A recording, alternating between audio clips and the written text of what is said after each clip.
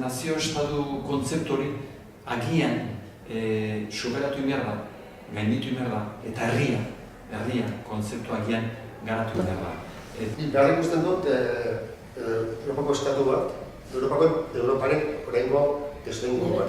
Estatuan krisia dauka, jendek arazo asko dauzka, orduan ni bai pentsatzen dutela gure subirarotzen. Nik uste politika penitenziari horretan ez dutela mugimendurik egin nahi. Gutxienez, doktrina paroten inguruan gertatzen denarekin ikusi arte. Dukan galdera Rajoyei, eta Rajoyek esan zuen, Espainiako tribunalek ez zutela, hemen ez dela tortura existitzen, Espainiako tribunalek ez zutelako alakorik esan. Ez zura. Austeritate politikak ez dira berriak. Austeritate politiko horiek Alemanian aplikatu ziren, eta Alemanian daukate jatorria gaina sozialdemokratak eta berdek agindu zuten gari hartan.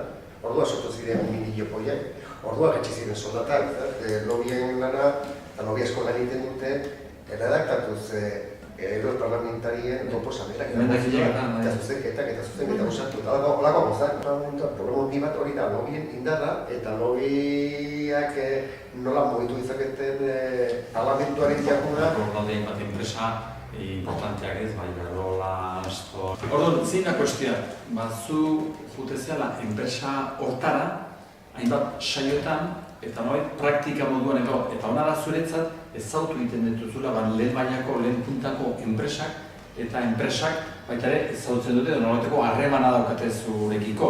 Orduan, hori hartu daiteke ikuspegi ezautza, ikuspegi batetik, edo baita ere eduki dezake beste punta, beste ertz hori esatea ezautu bai, baina nolaiteko gero eragin lege bat edo zerbait proposatu behar dezunean, baita eragina eduki dezan gu ezautu izana. Eta parte hartzea gustatu pixka bat.